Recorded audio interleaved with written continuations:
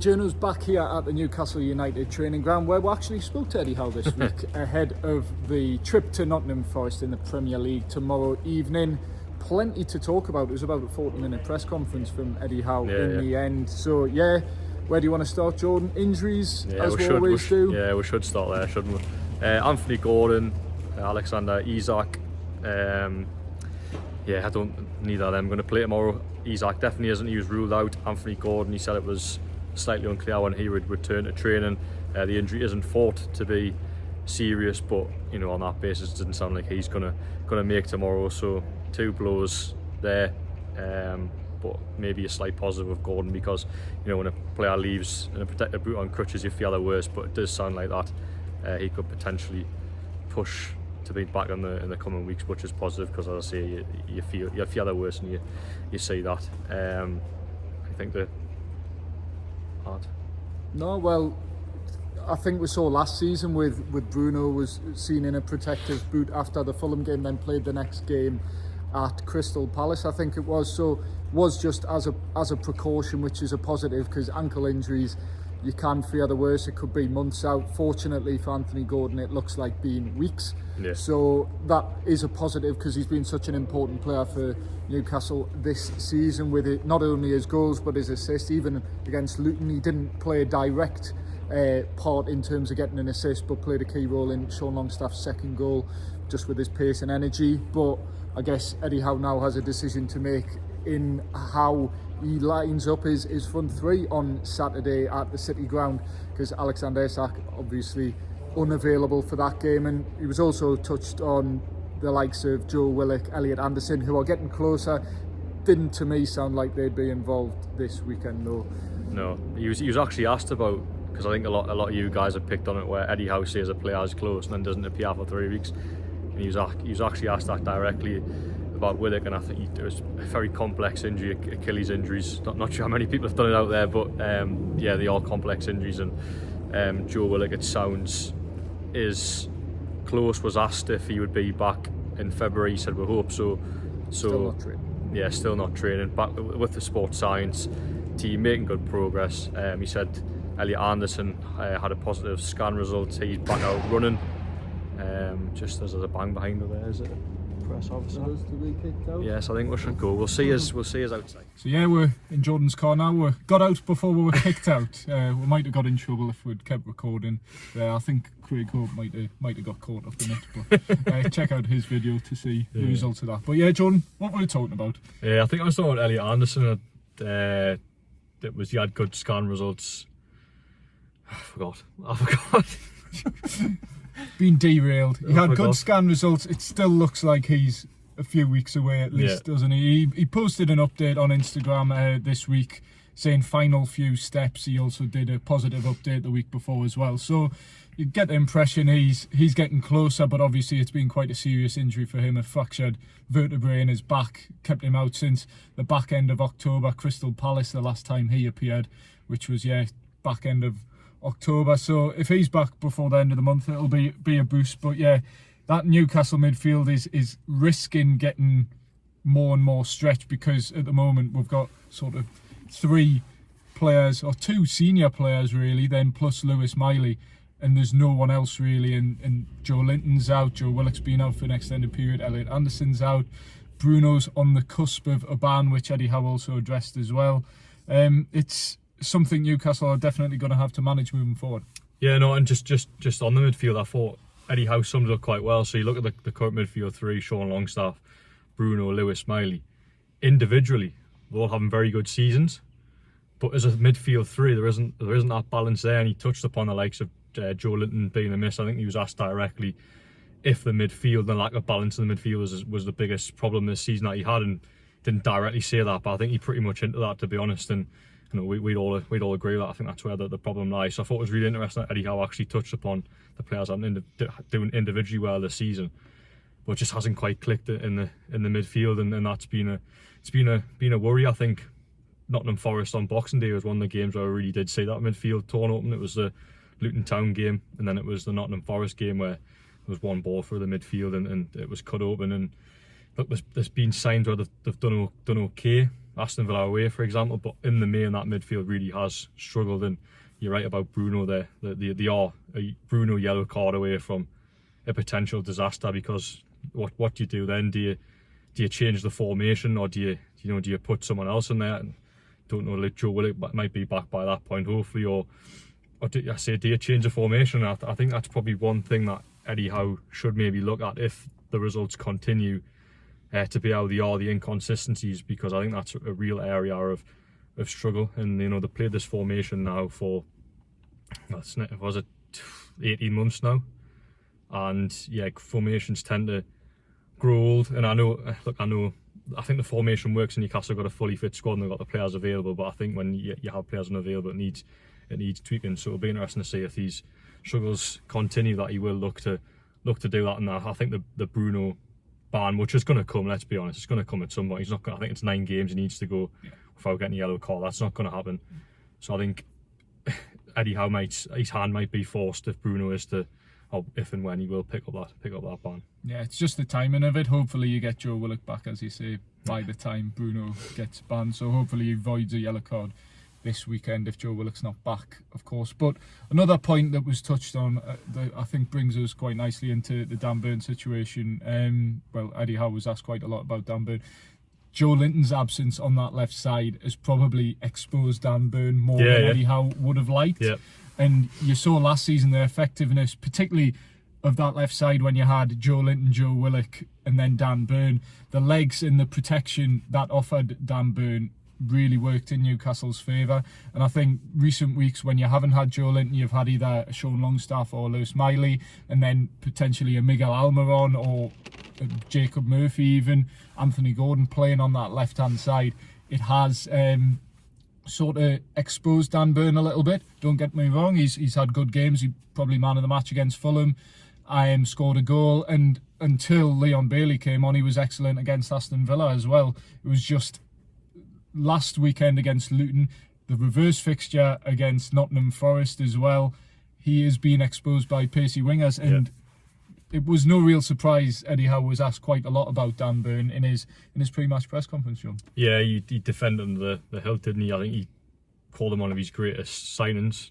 I mean, you can argue that. It's probably right. I think he was keen to stress to Dan Burn's critics the job that he's done for the football club. And look, we've touched upon it several times. He's been here 2 years now, and in that time, as with the likes of Kieran Trippier, your Brunos, etc., his journey has coincided with Newcastle going from battling relegation to the top 4, and he was keen to stress that. So, but again, from the other side, I think he understood the criticism. He admitted it was part of football. Everyone has opinions, and yeah, it does feel like this season Dan Burn has been exposed. And you probably made a good point there, Dom, is that lack of midfield solidity has almost came at a detriment to Dan Burn down that left hand side. So it's real. I don't know if Eddie Howe will keep faith with Dan Burn at the City Ground. I think in an ideal world he'd like to, but you've only got to look back and review that Forest game on Boxing Day to show that's probably not a good idea to start Dan Burn at the City Ground, unless you play a Tino Livramento next to Dan Burn. I say you go and change a formation, for example, and put more solidity down that left hand side. But if you're going to play a midfield 3 with Lewis Miley or Sean Longstaff down that side and have Dan Burn at left back, then I do fear it'll be a repeat result on Boxing Day, because that's how they're lined up. And Anthony Elanga, who's usually plays on the left hand side, switched over to the right and had the beating of Dan Burn every single time. And obviously we've all touched upon Saturday. It was a bad afternoon for him, and it's rightly, as I say, people have criticised him since, and that's fine to do that. But I also think it's fine for Eddie Howe to try and justify his decision by talking about how great he's been for the club. And does it come a time now where what a player has done before should it impact now? Eddie Howe said himself that he doesn't pick players based on what they've done in the past. He picks them on merit, and I think on merit probably Dan Burn, although has been excellent for the 2 games you mentioned there, Aston Villa and Fulham. The pacey wingers is a real food for thought, and it's been a struggle for Dan Burn. So do you continue to expose him after having been exposed the weekend? Do you expose him again against a pacey winger? it'd be a real struggle for Burn, I think. And he spoke about Tino Livramento being a top talent, will go on to do great things for the club. Touched upon him being he's been an incredible player at left back this season as well. So there shows that there's an openness to play a Tino Livramento there. So for me, I think you should do it. If I'm Eddie Howe on Saturday, I'm picking Tino Livramento at left back just to deal with that the right hand side of Forest's attack. Yeah, I thought Eddie Howe made an interesting point how Dan Burns probably exceeded his expectations, because you look back at that January 2022 window and you say Bruno Guimaraes and Kieran Trippier, they're the big two signings who you'd expect they will stay in the team as long as is allowed, basically, until they move on or retire, maybe in Kieran Trippier's case. Dan Burn was probably seen as a short-term fix in a relegation battle, and yet 2 years on has played Champions League football, scored in the Champions League, and is still Newcastle's first choice left back. I asked Eddie Howe who is most natural, who his best choice at left back is, and he doubled down and said Dan Burn, purely because he's left footed. Sorry, I'm going to cough. But then addressed that Kieran Trippier can play left back, but Tino Livramento's done very well in that position as well. So, like Jordan says, there is that openness to playing Tino Livramento in that position, and I think there has to be.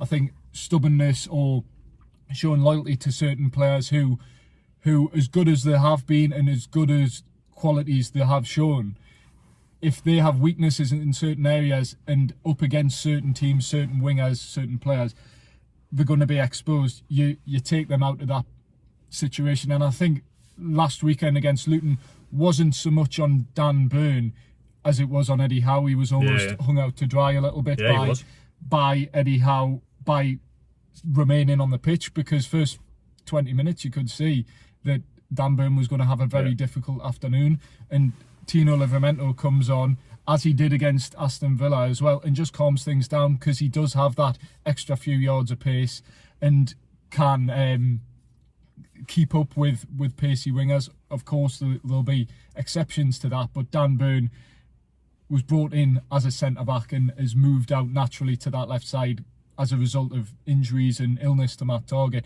And because Newcastle have done so well, has ended up staying there. But as Dan Burn would probably admit himself, there are shortcomings to his game that certain players can expose, and I think it's on Eddie Howe to address that, because Dan Burn isn't going to get faster overnight. So that's certainly food for thought for Eddie Howe, and a decision he'll have to make. And I agree with Jordan. I don't know, do you take Dan Burn out of the firing line completely, or I'd like to see Tino Livramento start personally, because I think he's done enough.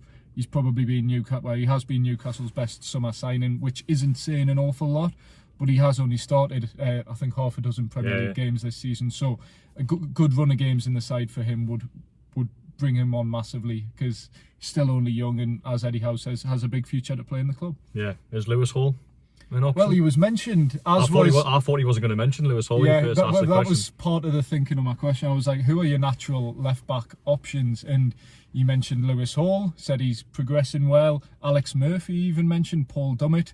But I think that left-back position, Matt Targett's out injured. Newcastle don't have what I would call a natural left-back, although Eddie Howe didn't quite like that term, natural left-back. Players are versatile these days, they can play a number of positions.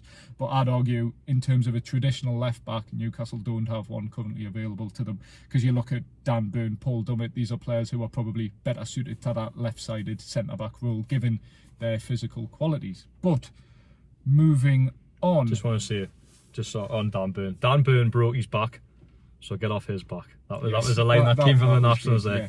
Yes. Because Dan Burn returned, I'm sure it was about a month ahead of schedule from that broken back.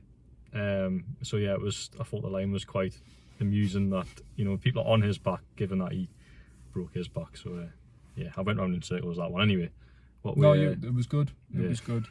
But where do we want to go from here? We'll get off Dan Burn's back and move on, because obviously Newcastle dropped points, fair to say, against Luton. Yeah. But if you go and win at Forest, they've won the last 3 away games in all competitions, has to be said. If you go and make it another away win, play like they did at Villa Park, then all of a sudden that Luton point becomes a whole lot better, because you go, well, they've come from 2 goals down, now it's 7 points out of a possible 9. Things are looking a whole lot brighter, but getting that win is the most important thing.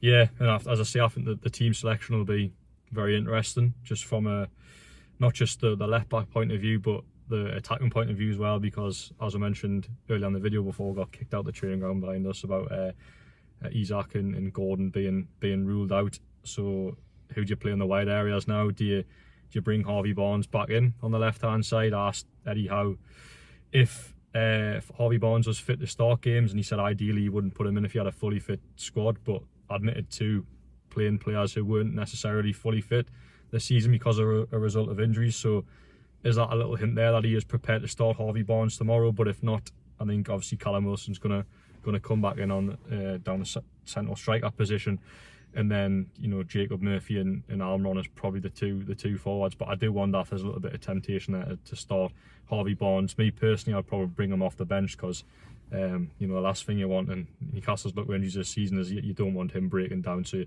although Eddie Howe has admitted to playing players who aren't necessarily fit, I do think he has to be a little bit wary of players, especially like Harvey Barnes, who had been out nearly, was it 5 months he was nearly out? Yeah, and approaching 5 months, back end of September, wasn't it? So yeah, Eddie Howe even mentioned to making mistakes shortly after your question, Jordan, which I think is in relation to that, maybe playing players when he shouldn't have, not taking players off, and then obviously potential misdiagnosis of the severity of certain injuries as well, probably mainly in relation to the likes of Harvey Barnes and Sven Botman's another one that springs to mind. So yeah, mistakes have been made behind the scenes, but things are slowly clearing up. It's just every time a player comes back, Newcastle seem to lose another player, but hopefully by the end of the month things are starting to look a little bit clearer and a little bit more positive on the injury front. A couple of wins would obviously help as well, and I thought, I'm speaking slightly sarcastically here, the big takeaway was your question about Emil Krafth, Jordan. Yes, confirmation from Eddie Howe. Yeah, he said it was a what's the word again? Yeah, it's not my question. I can't even say that. Emil Krafth set to trigger a extension in his contract. It was set to expire this summer, going to be extended another year. Jordan asked about that, and he basically said it's a consolidation of that's the word. Extension. So confirmation out of the horse's mouth. Emil Krafth is going to be at Newcastle for another year by the sounds of it. And what are your thoughts on that? Because Emil Krafth hasn't played a lot of football, but in the same time, whenever he's played under Eddie Howe, he hasn't let him down. Yeah, to be fair, I've got no problems with keeping Emil Krafth around. I think he's versatile. He fills a number of positions. He almost can, in many ways, become a Paul Dummett next year. Plays right back, can play at centre half. I've got no problems. I can't imagine Emil Krafth is on huge wages, to be honest. I think he was, when he signed now, it was under Steve Bruce. Don't think he signed. Well, he signed a contract extension actually a few years ago, didn't he? But I can't imagine he's on big wages, to be honest. So for me, I've got no problems with keeping Emil Krafth around. I think he can be a dependent performer when he does come into the team. We've seen that before he got his injury. When Kieran Trippier was injured, he done really, really well to trigger that or get a contract extension in the following summer. And then there's been points of the season when he came in. It was early in the game when Fulham it was, got injured. When he was really, really good that day. Did okay against Chelsea in the first half. Went off for the injury. So, for the cost of Emil Krafth and probably an acceptance from the player that he won't play that much. It's a versatile body at the back line. I don't see anything wrong with that, dude. What about you? I mean, it's one of them. It's Eddie Howe, good lads. He likes to keep them around. Yeah, people who aren't going to kick up a fuss. They're not young, they're experienced. They're not going to let you down. You need a squad, but at the same time, you'd like to see Newcastle ideally move on from those players who previously fought in a relegation battle. But can Newcastle afford to, is the big question. Yeah, that's a problem. It flips all the way back round, isn't it? About if you're going to get rid of Emil Krafth, you need to go and ultimately sign a replacement or need a body underneath him that's going to. Exactly. And Newcastle, look, they might go and spend big in the summer. We don't know, but ultimately don't have the funds to do a squad overhaul where you go and sign 10 players in the summer. It's just not going to happen. So I think they were like Emil Krafth, they will slowly be faded out. But I think at least for another season to trigger a contract extension, I think it probably does make sense. Yeah, and I guess what's Newcastle's strength in that right back position? They've obviously got rid of Javier Mencio, who was never really in the first team picture anyway. But then you'll have Harrison Ashby coming back in the summer. So yeah, I forgot about him. That would be my sort of reservation about giving Emil Krafth a new deal, because Harrison Ashby, I mean, looked promising in pre-season. Obviously had a few injury issues. He's done okay for Swansea. Obviously that's in the Championship, but as a third choice right back probably isn't that bad an option, and getting Emil Krafth, moving him on, maybe getting a little bit of money for him wouldn't be the worst option for me. But like I say, I'm a bit in between, sitting on the fence with handing Emil Krafth a new deal. I'd like to see Newcastle move on from handing players like Emil Krafth. No disrespect to him, great servant to the club, but that's probably almost a backhanded compliment these days for players who have played during tougher times and are probably the club or the side, the starting 11, definitely have outgrown them slightly. And that's something that I think Eddie Howe got onto a little bit during his, going on a tangent here, during his press conference, where it was like, you don't go from relegation battle to Champions League overnight. And while the players did, the club maybe didn't, and there's still that bit of catching up to do in terms of PSR or behind the scenes, the infrastructure, I would say, the training ground, the facilities, things like that, and the finances. There's obviously that gap that needs to be bridging that Eddie Howe touched on.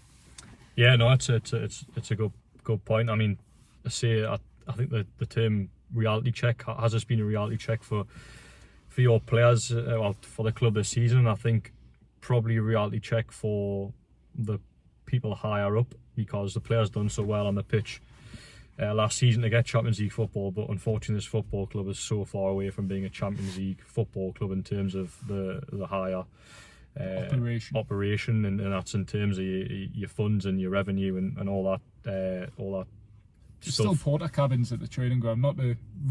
I mean, the training ground's been upgraded, and to be fair, I think everything's been upgraded apart from the press room, which you're not coming on to. But yeah, in many ways, Newcastle have still got a lot of catching up to do. And has this season been a reality check at this? And again, going on a tangent here, but where Newcastle are now, are they really underachieving, or is this where they should be? I think because they've done so well last season, any drop off has felt significant, and I'm thinking about it now. I'm not sure, haven't had time to reflect, if Newcastle are underachieving. I feel like they are, but there's a part of us I think maybe they aren't, and last season was too good to be true, and it almost just reminds you that there's a very long way to go.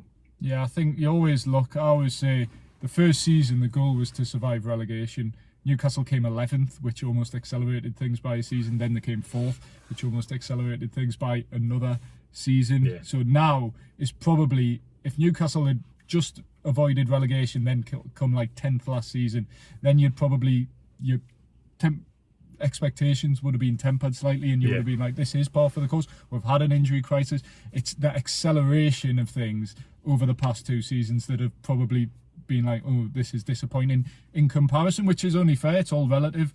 But this season, injury crisis, being 9th in the Premier League, if Newcastle can push maybe for those European places, if they get Conference League and a decent FA Cup run, then I'd say it's been a fairly solid season. And regardless of what happens in the league, if they win the FA Cup, then it's been a successful season. You can't argue with that. Yeah. So yeah, it's been a really interesting one. It's been a good one in many ways, a really brutal one in many ways. But hey, 3 points on Saturday at the City Ground would certainly boost optimism after some encouraging performances. I mean, Luton Town was probably a step backwards slightly, but like I say, if you build on that with a away win, then things are looking a bit more rosy again. So yeah. Wrap it up there. We'll be at the City Ground tomorrow, will yes, Liam? I think so, because I think he's given me a lift. So oh well. Hopefully. Taxi driver. Yeah. I don't know if got a few nicknames. Yeah, he has. I don't know if we're staying over for this or not. I don't think we've decided yet. Oh well. Yeah. Anyway. We'll talk about that off camera. We won't bore you with that waffle. Yeah. But yeah, so we'll be down, me and Jordan, joined by Liam Kennedy, as always. Yeah. Although that's that becoming loosely. less and less true these days. But yeah, in the meantime, like, share, subscribe, ring the bell, watch a video, comment if you like what we do. Obviously, we'll listen to any comments, any constructive criticism you have, and we'll see you at the City Ground tomorrow. Cheers.